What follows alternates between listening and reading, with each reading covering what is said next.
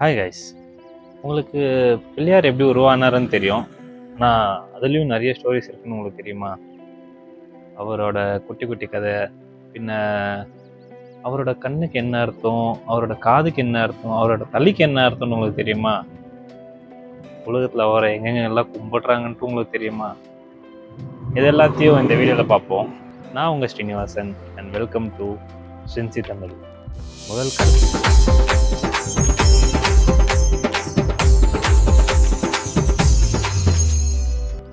முதல் கடவுள் பிள்ளையார். எந்த விஷயம் ஆரம்பித்தாலும் பிள்ளையாரை கும்பிட்டு ஆரம்பித்தா அது நன்மையிலே போய் சேரணும். ஸோ என் முதல் வீடியோ கூட பிள்ளையார் பற்றியே செய்யலான்றது. நம்மளுக்கு எல்லாருக்கும் தெரிஞ்ச கதையிலேருந்தே ஆரம்பிச்சிருவோமா? ஒரு நாள் பார்வதி தேவி அவங்க குளிக்க போகும்போது ஒரு பாடி கார்டு வேணும்ன்ட்டு அவங்கக்கிட்ட இருக்கிற மஞ்சள், சில இடத்துல சந்தனம்ன்ட்டு இருக்குது. ஸோ நம்ம எது வேணாலும் எடுத்துக்கலாம். டர்மரிக் ஆர் சாண்டல் பவுடர்லேருந்து ஒரு குழந்தை பொம்மையை செய்கிறாங்க. அந்த குழந்தை பொம்மைக்கு உயிர் அவங்களே கொடுக்குறாங்க. கொடுத்து அந்த குழந்தைக்கு சொல்கிறாங்க, நான் குளிக்க போகிறேன், யாரும் உள்ளே வராத பார்த்துக்கிறேன்ட்டு. அந்த குழந்தையும் யாரும் உள்ளே வராத மாதிரி வெளியே காவல் காத்துட்டே இருக்குது. அந்த டைமில் கரெக்டாக சிவா வராரு. சிவா உள்ளே போக பார்க்குறாரு, ஆனால் அந்த குழந்தை உள்ளே விடாது. அந்த குழந்தைக்கு சிவா யாருன்ட்டே தெரியாது. அவங்க ரெண்டு பேருக்கு நடுவில் சண்டை ஆகுது. சண்டையில் சிவாவுக்கு கோவம் அந்த குழந்தையோட தலையை வெட்டிடுறாரு. இதை வெளியே பார்வதி தேவி பார்க்கும்போது அவங்களுக்கு ரொம்ப கஷ்டமாயிடுது. ஸோ அவங்க கஷ்டப்படுறத பார்க்க முடியாத சிவா அவங்களோட கனாஸ் ஆர் ஃபாலோவர்ஸ்க்கு போயிட்டு நார்த்தில் எந்த அனிமலோட தலை கிடைச்சாலும் எடுத்துகிட்டு வாங்கன்ட்டு அனுப்புகிறாங்க. அப்போ அவங்க போய் தேடும் போது ஒரு யானை நார்த் சைடில் படுத்துட்ருக்கோம். ஸோ அந்த தலையை கொண்டு தராங்க. அந்த தலையை இந்த குழந்தை உடம்போட இணைச்சி உயிர் தராங்க. இப்படி தான் பிள்ளையார் உருவாகிறார். இது நம்மளுக்கு எல்லாருக்கும் தெரிஞ்ச கதை. ஆனால் சில புக்ஸில் சிவா பார்வதி ஒன்றா சேர்ந்ததுனால உருவானது தான் பிள்ளையாருன்னு இருக்கு. பின்ன இன்னொரு கதை எப்படி போகுதுன்னா, சிவாவோட சிரிப்பினால் உருவானது கூட பிள்ளையாருன்ட்டு இருக்குது. எது எப்படி இருந்தாலும் நம்ம பிள்ளையார் யானை முகத்தோடு இருக்கிறார். ஒரு நாள் பிள்ளையார் நல்லா சாப்பிட்டு அவரோட வாகனத்து மேலே போயிட்டுருப்பார். போகிற வழியில் கீழே விழுந்துருவார். இதை பார்த்த சந்திர பகவான் ஒரு மூன் காட் அவரை பார்த்து சிரிச்சிருவார். அதை பார்த்ததுமே பிள்ளையாருக்கு செம்ம கோவம் வந்துடும். அப்போது பிள்ளையார் அவருக்கு ஒரு சாபம் கொடுத்துருவார். விநாயக சதுர்த்தி அன்னைக்கு மூணை பார்த்தா அது பேட் லக் ஆகும்ன்ட்டு அவருக்கு சாபம் கொடுத்துருவார். அதனால தான் விநாயக சதுர்த்தி அன்னைக்கு நம்ம மூணை பார்க்க மாட்டோம். இன்னொரு ரொம்ப இன்ட்ரெஸ்டிங்கான ஒரு கதை இருக்குது. ஒரு நாள் நாரதர் ஒரு பழத்தை கொண்டு பிள்ளையாருக்கும் பின்ன கார்த்திகைக்கும் கொடுத்துருவார். அந்த பழத்தை யார் சாப்பிட்றதுன்ட்டு ஒரு சண்டை. அப்போது ஒரு காம்படிஷன் மாதிரி நடத்துவாங்க. இந்த உலகத்தை யார் 3 வாட்டி சுற்றி வராங்களோ அவங்களுக்கு அந்த பழம் ஒரு காம்படிஷன் நடக்கும். கார்த்திகேய அவரோட வாகனம் மயில் மேலே ஏறி வேகமாக கிளம்பிடுவார். அதே டைமில் பிள்ளையார் அவரோட அப்பா அம்மான சிவா பின்ன பார்வதியை சுற்றி அந்த பழத்தை பெறுவார். சில இடத்துல பழம்ன்ட்டு மென்ஷனில் இருக்குது, சில இடத்துல யார் பெஸ்ட் பெஸ்ட் சன்னுன்ட்டு இருக்குது. ஸோ 2 கதையிலையும் ஆனால் சேம் எண்டிங் தான். உங்களுக்கு இன்னொரு விஷயம் தெரியுமா?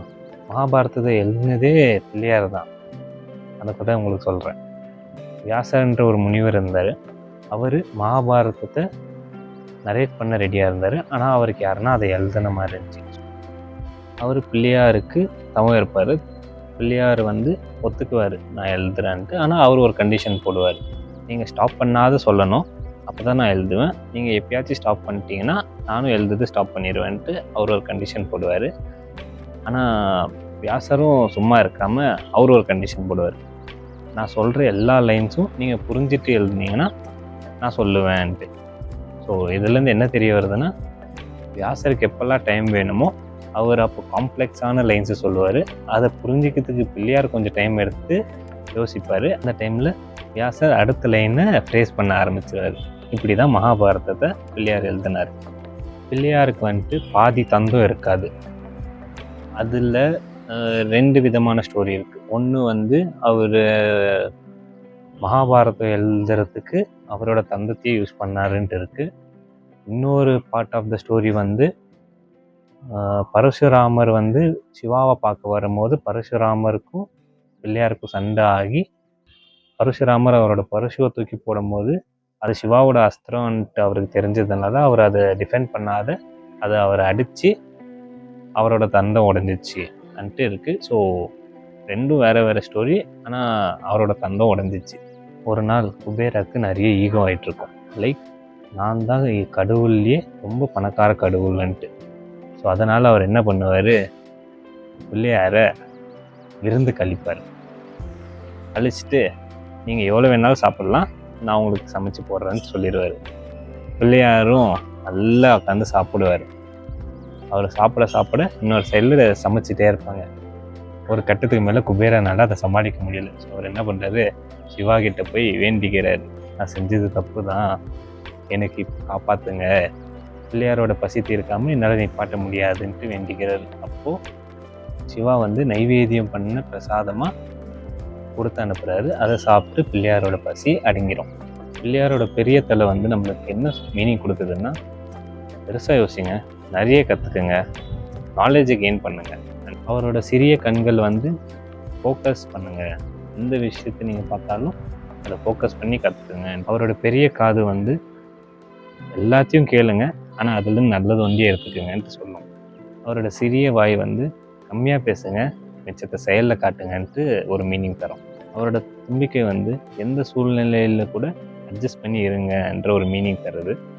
அவரோட வாகனமான மூஷிகா கூட நம்மளுக்கு ஒரு மீனிங் தரும். இதில் 2 இருக்குது.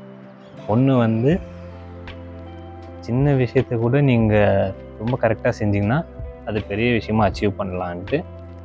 இன்னொன்று வந்து ஒரு எலியை நீங்கள் ஒரு இடத்துல அடித்து வைக்க முடியாது, அதே மாதிரி அதுக்கு ரொம்ப கிரீடு ஜாஸ்தி. நம்ம மைண்டும் அதே மாதிரி தான். நம்ம மைண்ட் எப்பவுமே ஒரே விஷயத்தை யோசிக்காது, எப்போ பார்த்தாலும் எதையாச்சும் யோசிச்சுட்டே இருக்கும். என்ன எனக்கு இது வேணும் அது வேணும்ன்ட்டு எப்பவுமே கேட்டுகிட்டே இருக்கும். இது எல்லாத்தையும் நம்ம கண்ட்ரோலில் வச்சாவே நம்ம என்ன வேணாலும் அச்சீவ் பண்ணலாம். அப்புறம் அவருக்கு பிடிச்சமான மோதக்கம், அதுலேருந்து கூட நம்ம ஒன்று கற்றுக்கலாம். கஷ்டப்படுங்க,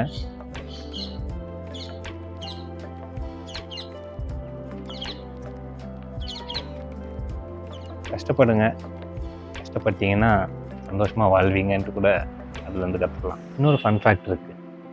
நம்ம சவுத் இந்தியாவில் தான் அவரை பேச்சுலராக பார்ப்போம். ஆக்சுவலாக நார்த் இந்தியாவில் அவருக்கு 2 ஒய்ஃப், ஒன்று சித்தி இன்னொன்று புத்தின்ட்டு. நெக்ஸ்ட்டு வந்து உலகத்தில் அவர் எங்கெங்கே என்னென்ன பேரில் கும்பிட்றாங்கன்னு பார்ப்போமா. நேபாள் பின்ன ஸ்ரீலங்காவில் இந்து பின்ன புத்திஸ்ட் டெம்பிள்ஸில் அவரை பிள்ளையார் இல்லைன்னா விநாயகர்ன்ட்டே கும்பிட்றாங்க. தாய்லாண்டில் வந்து பராபிக்கனேட் இல்லைன்னா பராபிக்கனேசூர், தப்பாக ப்ரொனன்சியேஷன் பண்ண நினச்சிக்கோங்க, என்ற பேரில் அவரை கும்பிட்றாங்க. இந்தோனேஷியாவில் கூட அவரோட ஸ்டாச்சுவை பார்க்க முடியுது. கொலம்பியா பின்ன வியட்நாமில் ஏன்ஷியன்ட் குமேர் டெம்பிள் வந்துட்டு ஒரு டெம்பிள் இருக்குது. அந்த டெம்பிளில் அவரோட ஸ்கல்ப்சர்ஸை பார்க்க முடியுது. டிபேட்டில் மகாராஷ்டிரா கணபதின்ட்டு புத்திசமில் வணங்குறாங்க. ஜப்பானில் கஞ்சிட்டின் இல்லைன்னா விநாயகட்டன்ட்டு வழிபடுறாங்க. சைனாவில் வந்து ஹோங்ஷூட்டியன்ட்டு வழிபடுறாங்க. ப்ரொனன்சியேஷன் ரொம்ப தப்பாக தான் இருக்குன்னு நினைக்கிறேன். மியான்மரில் மகாபினேன், மொரிஷியஸ், ஃபிஜி, யூகே, யூஎஸ்ஏ, கனடாவில் வந்து இந்தியன்ஸ் போய் செட்டில் ஆனதுனால அங்கேயும் கணேஷ் சதுர்த்தியை செலிப்ரேட் பண்ணுறாங்க. பாரிஸில் ஃபேமஸான மாணிக்க விநாயக ஆலயம்ன்ட்டு ஒரு கோவில் இருக்குது. இப்போ இருக்கிற ஜென்ரேஷனில் பிள்ளையார் ஒரு கோவிலில் இல்லை, நம்ம ஆஃபீஸ் டெஸ்கில் இருக்கார்.